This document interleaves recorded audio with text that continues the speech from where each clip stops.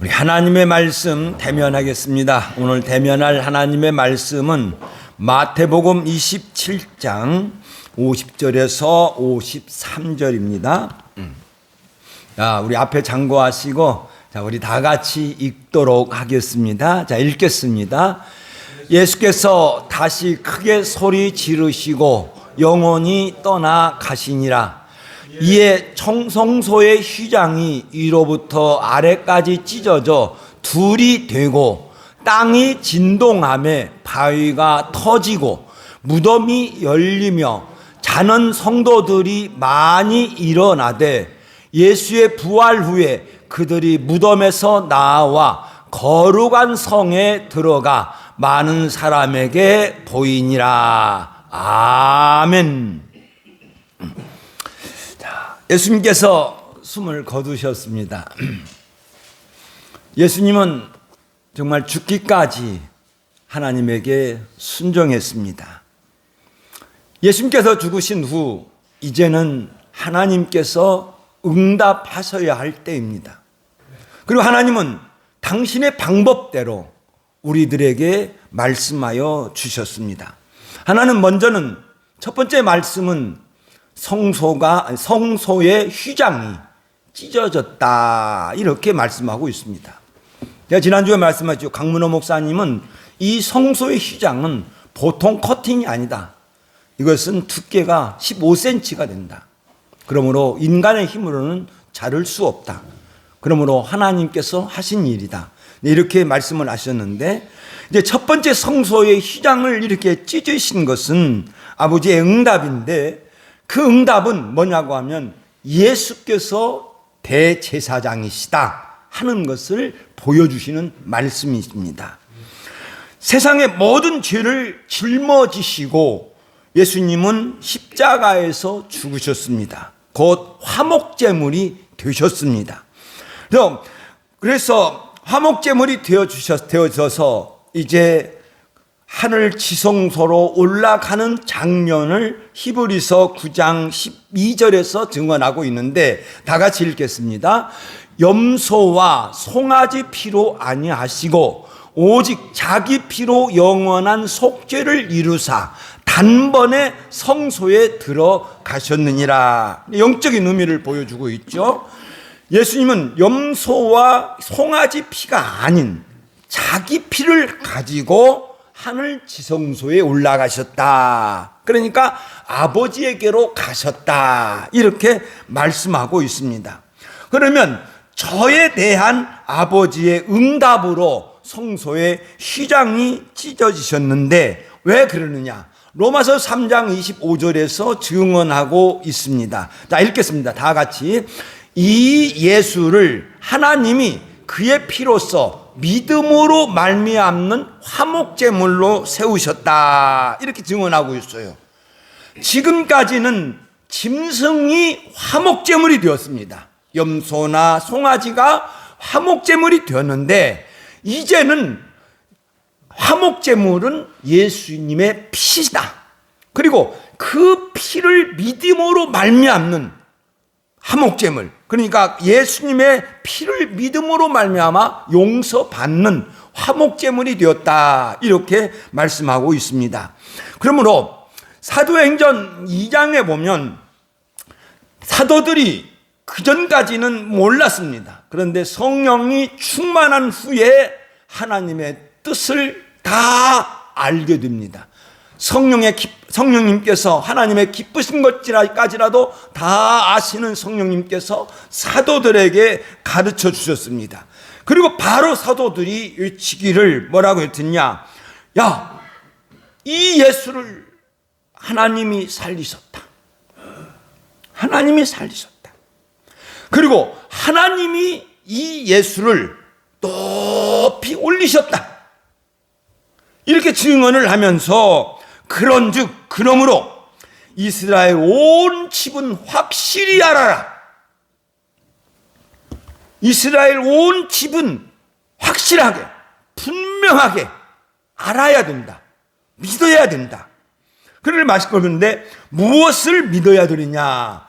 빨간 글씨 읽겠습니다. 시작. 그런즉 이스라엘 온 집은 확 확실히 알지니 너희가 십자가에 못 박은 이 예수를 하나님이 그리스도와 주로 되게 하셨느니라. 이렇게 증언하고 있어요.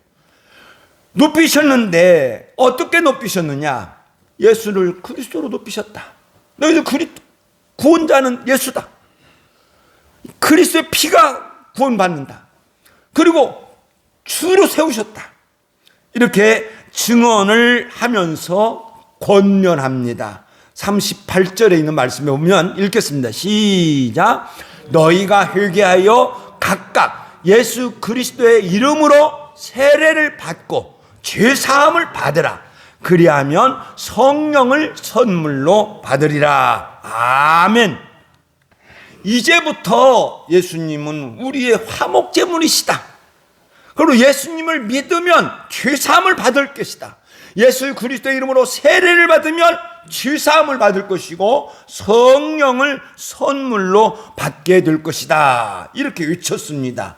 저렇게 사도들이 외쳤을 때에 믿을 자는 믿습니다. 할렐루야. 믿을 자는 믿습니다. 하나님 믿을 자들은 믿게 됩니다. 이것이 성소에 휘장이 찢어진 거예요. 전때에 5,000명이 하루아침에 5,000명이 세례를 쫙 받습니다. 믿을 자는 믿는 거예요. 그리고 두 번째의 표적은 무엇이냐? 하나님의 두 번째 말씀은 땅이 진동했다는 거죠. 땅이 진동하며 바위가 터지고 무덤이 열리며. 예수님은 죽기까지 순종했습니다. 그리고 아버지께서 그 응답을 들으시고 일어난 것이 지진입니다. 지진은 역사적 사실입니다. 개기일식이죠. 자, 보세요. 예수님께서 십자가에서 매달렸을 때에 6시 정오부터 지금 시간 12시부터 3시까지 어두워졌어요. 이게 과학적으로는 과학이 발전하면 그 말씀 해석을 못합니다. 그런데 천문학이 발전함으로 인해서 그것이 개기일식이다. 그리고 개기일식은 3시간 동안 있다. 그래서 3시간 동안 어두워졌다는 것이거든. 거의 정확하게 맞아요. 또 지진도 마찬가지예요. 자, 보세요. 십자가에서 12시가 딱 되니까 점점 어두워지기 시작해요. 사람들은 혼비백산하는 거예요. 그 다음에 캄캄해. 한 5분 동안 뒤집어져 버리는 거죠. 그래서 다시 환하게 또 와요. 점점 와서 예수님께서 오후 3시에 숨을 거두셨는데 그때 휘장이 딱 찢어지고 그 다음에 지진이 일어나요. 지질학자들은 지진에 관해서 성경에 기록되어진 지진이 여러 가지 있습니다. 여러 번 있어요. 여러 번 있는데 그 지진이 일어난 것을 확인하고 싶었어요. 과학자들은 의문이 많잖아요. 확인하고 싶었어요. 그래서 지리질학자들이 사해바다에 주목하고 지금 엔게디 있는데 엔게디 그 지역을 이제 팠습니다. 그런데 그 과학지질학자들이 왜 사해바다를 주목하느냐? 사해바다는 염도가 높아요. 그래서 생물이 못 살아요. 그러므로 이 바닷물이 요단강에서 흘러오곤 그러면 뭐 흘러올 때 튜브도 흘러오고 비닐도 흘러오고 뭣도 흘러오고 다 흘러와요. 그러면 차곡차곡 쌓여져요. 그게 지질이에요. 그래서 지질학자들은 지층을 보면서 이야기를 해요. 지층을 보면서 이때는 무슨 시대고 이때는 무슨 시대고 이때는 뭔 일이 있었고 하는 것을 이렇게 하게 되는데 그래서 이제 이 지층을 파게 되니까 이제 이런 도표가 나왔어요. 이런 도표가. 이게 검게 된 거지. 검게 이게 크게 된 것은 지진이 큰 거고. 그게 퇴적물이 쌓여졌는데 지진이 있게 되면 엉망이 돼버려요. 이게 출렁출렁 하든지 흔들흔들 하면서 이 땅이 엉망이 돼버려요. 막 섞여져 버려요. 그래서 이 지층들이 이렇게 이제 나와 있습니다. 이 지층, 이게 성경에 나타난, 그리고 이제 이게 이제 여기에 지층이 있고, 여기에서 이것은 이제 신학시대에 나타난 이제 지층들이고, 이게 이제 성경시대에 나타난 그 지층들이라고 이제 이렇게 하게 됩니다. 근데 저 지층을 살펴보면, 성경의 연대와 비슷하게 또는 정확하게 딱 떨어져 버려요. 성경에서 말하는 이 지진이 그냥 있는 것이 아니에요. 그러니까 땅을 말한다는 거죠. 지층이 말한다는 거죠. 그래서 지층이 말하는데 이 제일 밑에 있는 이 지층이 BC 2050년경이에요. 그러면 BC 2000년경은 누가 있었느냐? 아브라함 때예요. 지금 우리 시대, 우리로 하면 고조선 때예요. 근데 아브라함 때에 이 지진이 일어났습니다. 굉장히 큰 지진이에요. 저 지층을 보면 굉장히 지진인데, 이제 예수님 때 일어난 지층이 여기에요. 그래서 여기에 이 지층이 30cm 정도의 교란이 있었다. 이제 지진할 자들이 교란이라고 하니까 뭔가 막 섞였었다. 이제 하는 것인데, 그런데 여기에 이 두꺼워요. 이게 굉장히 이게 두꺼운데, 이게 그럼 언제냐? 창세기 19장에 보면 소돔과 고모라가 무너져요. 유황이 비처럼 쏟아졌죠. 유황은 화산 폭발이에요. 화산 폭발. 유황이 쏟아지는 거죠. 유황이 쏟아지고 그러면서 땅이 갈라져 버려요. 그러니까 창세기 19장 25절에 있는 말씀을 보면 읽겠습니다. 시작. 그 성들과 온 들과 성에 거주하는 모든 백성과 땅에 난 것을 다 엎어 멸하셨다라 그랬거든요. 그래서 저 엎어라고 하는 단어가 갈아엎다는 거예요. 그러니까 이 갈아엎다라고 하는 이것은 지진의 한 다른 표현이다. 그래서 큰 지진으로 인하여서 이 소돔과 고모라가 무너져 버리고, 또한 유황으로, 사산 폭발로 인해서 유황으로 덮어져 버린 거예요. 그래서 그 사회가 그때 생기지 않았느냐, 이렇게 이제 이야기하는 사람도 이제 있습니다. 그 다음에 여기에 또 이제 좀 한다 이게 보면, 여기가 있는데, 여기서 이제 여기까지가 뭐가 있냐면, 야곱 후 시대가 이스라엘은 어디로 가 있어요? 애굽에 가 있죠. 그래서 여기에 이 지층이 하나 또 지진의 흔적이 있는데, 이것은 성경에 기록되지 않았어요. 그래서 이제 쭉 올라가서 보니까 여기에 또 지진이 있어요. 여기에 지진이 있는데 이게 1400년도예요. 그럼 1400년도는 뭐냐? 모세가 이스라엘 백성들을 이끌고 가나안 땅으로 가는 거예요. 그 시대에. 그 시대에 지진의 흔적이 있거든요. 그럼 그 시대, 모세 시대의 지진이 두 번 있어요. 그렇게 지금 같이 몇십 년 때문에 같이 섞어져 있는데 두 번 있어요. 하나는 민수기 16장에 기록이 되어져 있고, 하나는 여호수아에 기록이 되어져 있어요. 여리고성이 있잖아요. 여리고성이 무너지는데 그대로 안으로 무너졌거든요. 지금 발굴하고 있습니다. 계속 발굴하고 있어요. 도자기에 쌀도 있고, 그리고 그 그릇에다가 국을 만들었든지 무엇을 만들었든지 만들려고 했던 것, 그런 것들이 쫙 지금 발견이 되고 있어요.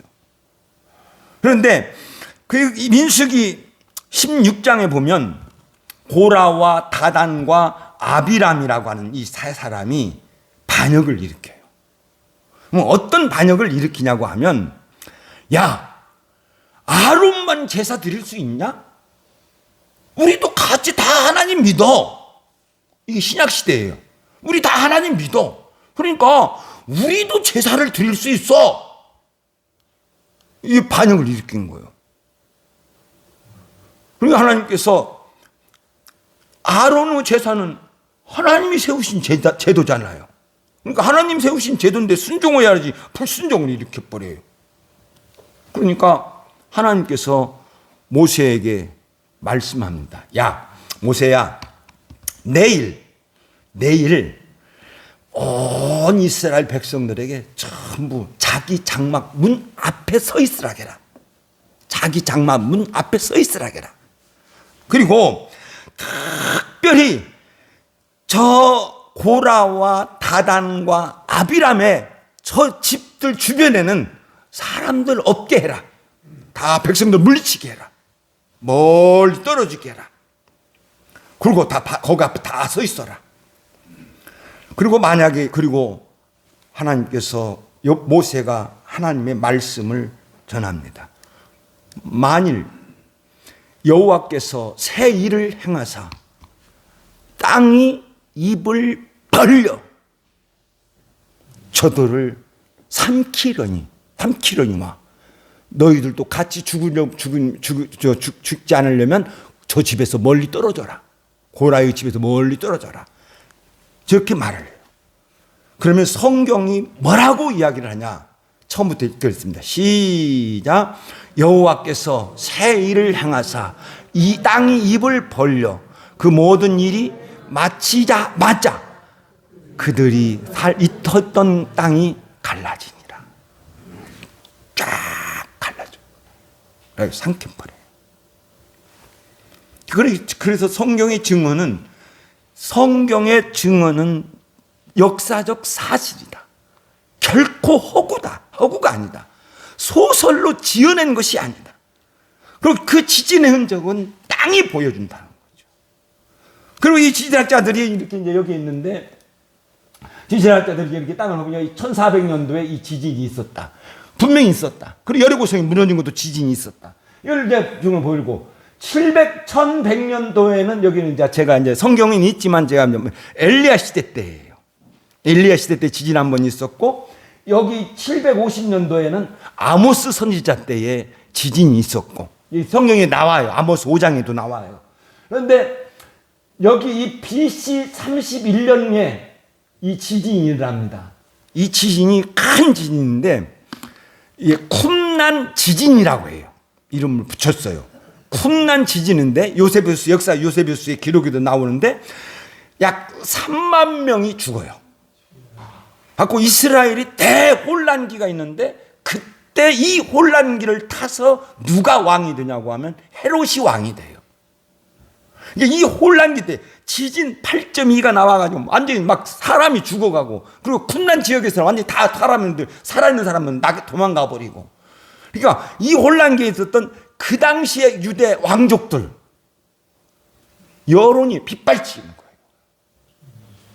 그러니까 로마 제국에서 헤롯을 세워요. 정치관을 세워요. 그래서 이 헤롯이 왕으로 등장하게 되어 있는데, 그리고 예수님께서 얘기했는데, 이 지진이 AD 33년 과학자들이 날짜까지 정확하게 딱 집어지고 4월 13일이었다. 그리고 예수님의 무덤이 열려져 있잖아요. 부활 때에 무덤이 열려 있는데 그것도 지진이다. 그리고 그 사도들이 감옥에 있을 때, 베드로가 감옥에 있을 때 땅이 또 다시 울리거든요. 그러니까 모든 그 흔적이 다 있다는 거예요. 그 지적이. 그러니까 그때 성경의 기록은 허황된 것이 아니다. 허황된 것이 아니다. 그런 이제 말씀했는데, 이제 다시 이제 그 지층을 크게 확대를 해서 설명을 했던데, 이게 BC 31년에 있었던 예수님이 십자가에서 죽으실 때 있었던 이게 지층인데, 이 지층이 한 1피트예요. 1피트. 그 다음에 이게 3년 후에 있었던 그 사도 베드로 감옥에 있을 때 이게 그 지층이에요. 이렇게 지층이 보여준다는 것입니다. 그래서 여러분, 그래서 이 성경의 기록은 절대로 허구가 아니다. 그리고 아까 개기일식도 있잖아요. 그럼 이제 천체의 시간은 정확하다. 천체의 시간. 지구가 도는 시간 정확하고 달이 도는 시간은 정확하다.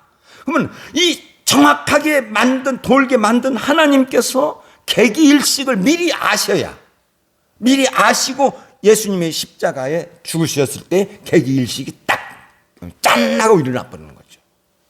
그래서 사람을 놀랍게 만드는 거죠. 그러니까 전지하신 하나님이셔야만 이 모든 계획을 세울 수가 있다. 지진도 마찬가지.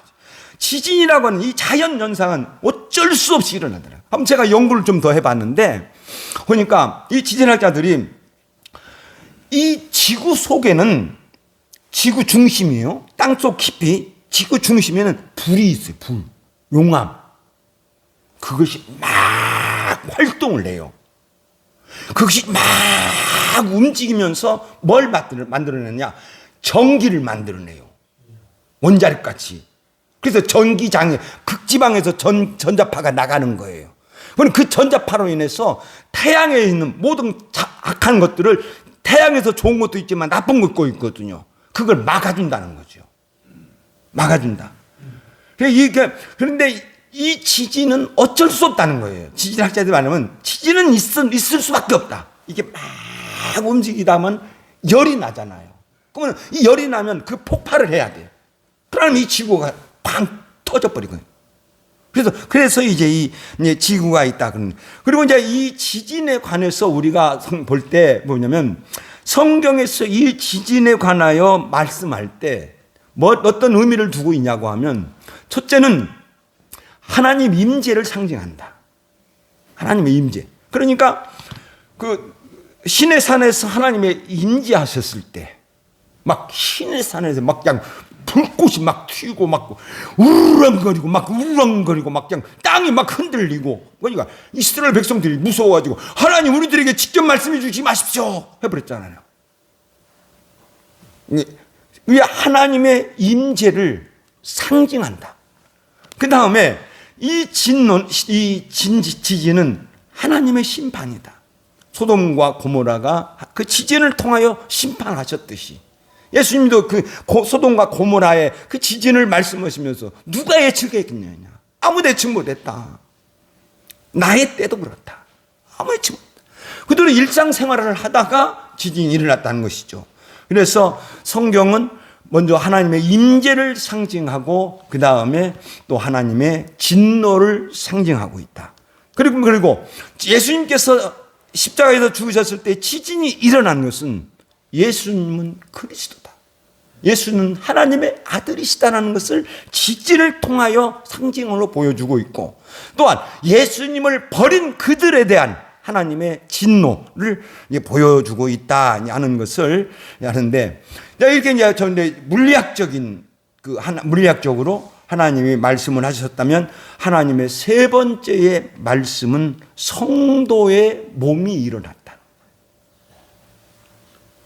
무덤들이 열리며, 그러면 무덤 열리며 자던 성도의 몸이 일어났대요. 무덤이 열렸다고 하는 것은 이건 자연적인 현상이고 물리적인 현상이에요.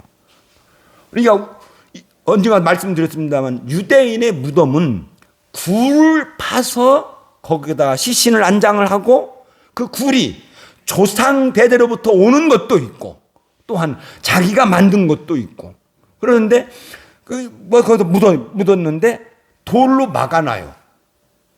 큰 돌로 막아놨는데 그것이 돌이 굴러가는 거예요. 굴러가니까 무덤이 열려진 거예요. 그러니까 우리의 땅에 무덤이 아니죠.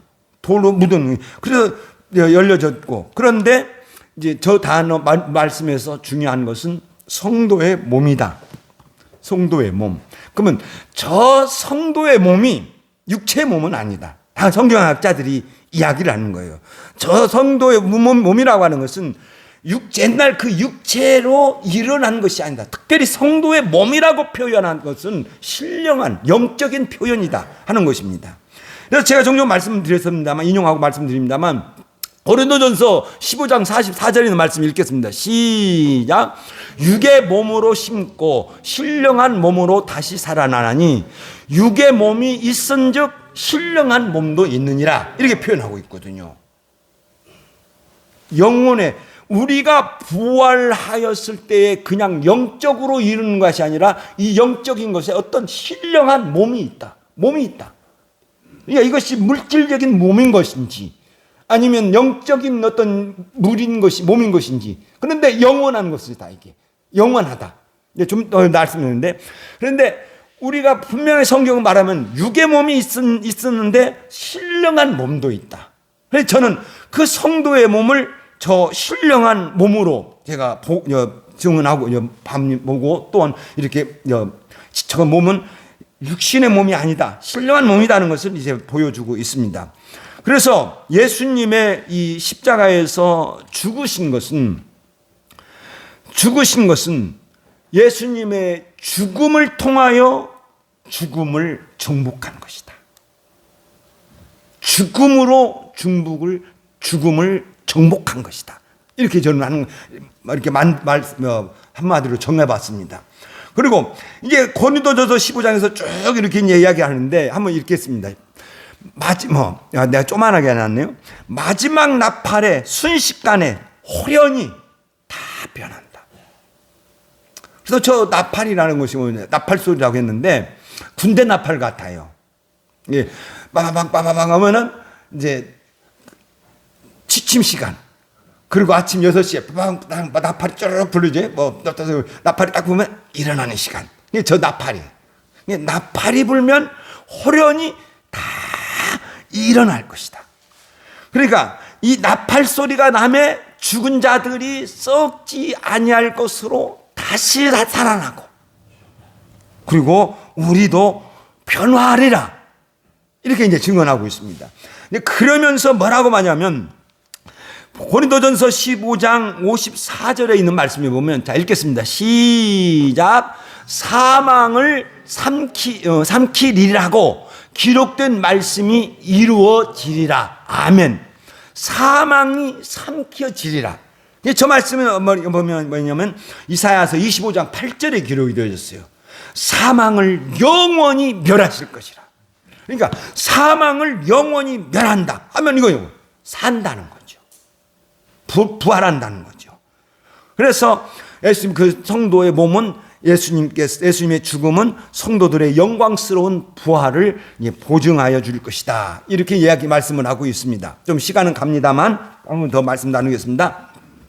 누가복음 20장에 보면, 성경을 펴도 돼요. 누가복음 내가 이야기할게. 성경 펴고 눈으로 보시며 내 말 들어도 돼요.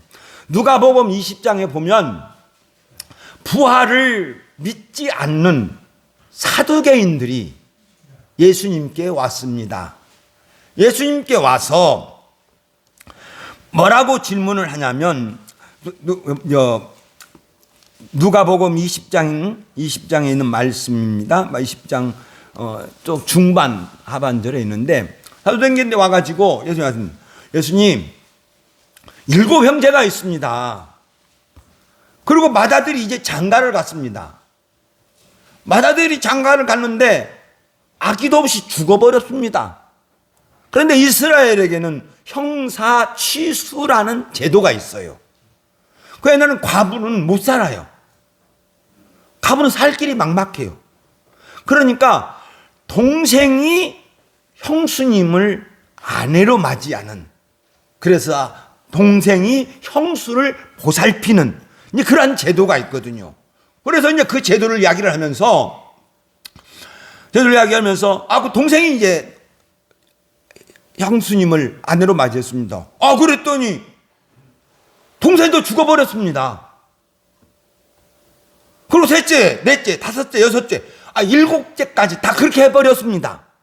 이게 이제 질문하고 만들어낸 이 얘기죠. 그러면 부활할 때 누구의 아내입니까?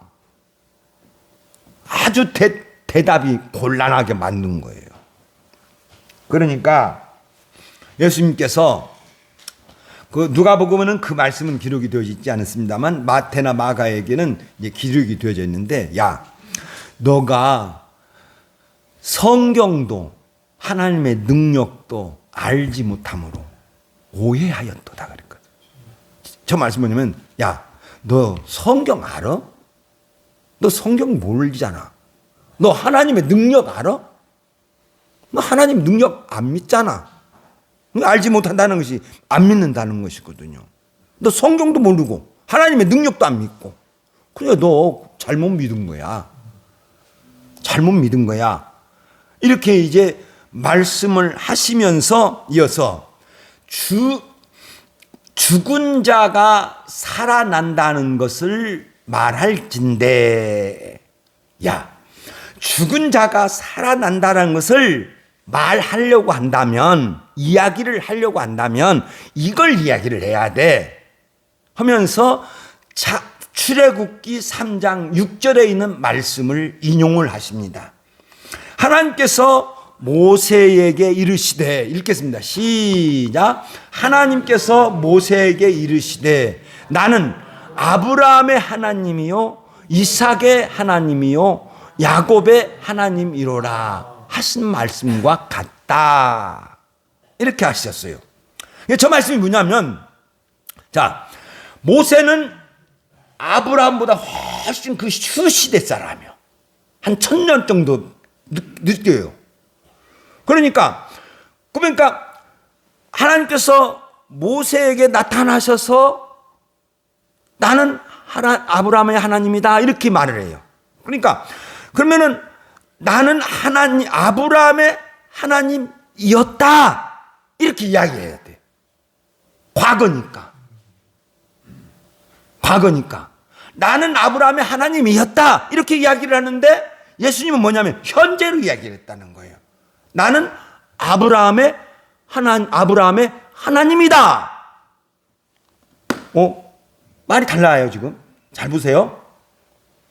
과거에 아브라함의 하나님이셨고 현재에도 아브라함의 하나님이시고 미래에도 아브라함의 하나님이셔요. 이 말씀이에요. 나는 이삭의 하나님이었다 이렇게 해야 돼. 과거에. 그런데 나는 이삭의 하나님이다. 현재로 이야기를 하는 거예요. 현재로.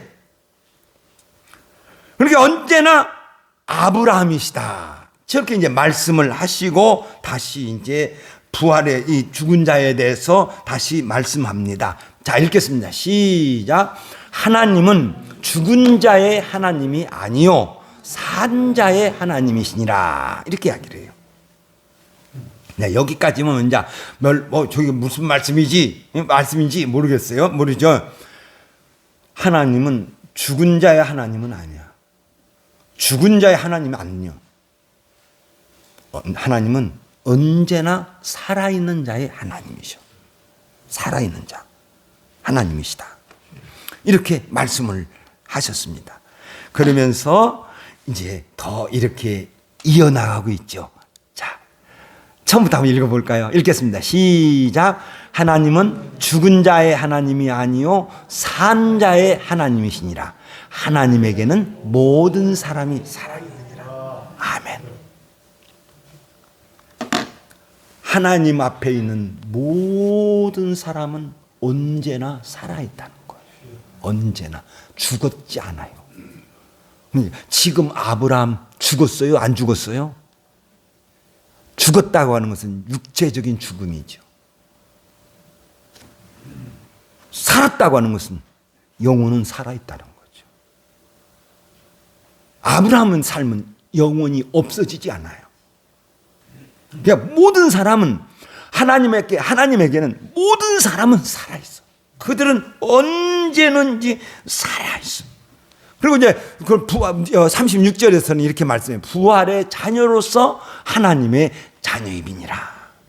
그러니까 항상 하나님 앞에서 살아있다. 제가 아침에 말씀드렸습니다. 성경은 절대로 소설이 아니다. 역사적 그대로 사실을 보여주고 있다. 허구가 없다. 그리고 하나님은 자연의 섭리를 통하여서 당신의 백성들을 이끌어 가시고 이 세상을 심판하시기도 하신다. 이 자연의 섭리를 아신다는 것은 전지하신 하나님이시다. 그리고 전지하신 하나님께서 정확하게 그 시대에 맞춰서 그 시대마다 맞춰서 하나님께서 인도하고 계신다 하는 것을 우리가 생각의 말씀을 통하여 나눌 수가 있습니다. 그러므로 하나님은 언제나 살아계시고 살아있다면 우리는 이 지상에서 살면서 언제나 살아있는 믿음을 가져야 될 줄로 믿습니다. 살아있는 자가 된다. 하나님 앞에서 살아있는 자가 된다. 이것이 성경에서 남은 자라고 하는 거예요. 남은 자. 언제든지 아무리 시대가 악할지라도 하나님을 올바르게 딱 믿고 있으면 하나님 앞에서 살아있는 자가 되어져서 하나님의 놀라운 은혜를 받으며 아름다운 삶 살아가는 저와 우리 성도님들 되시기를 예수님의 이름으로 축원드립니다. 기도하겠습니다.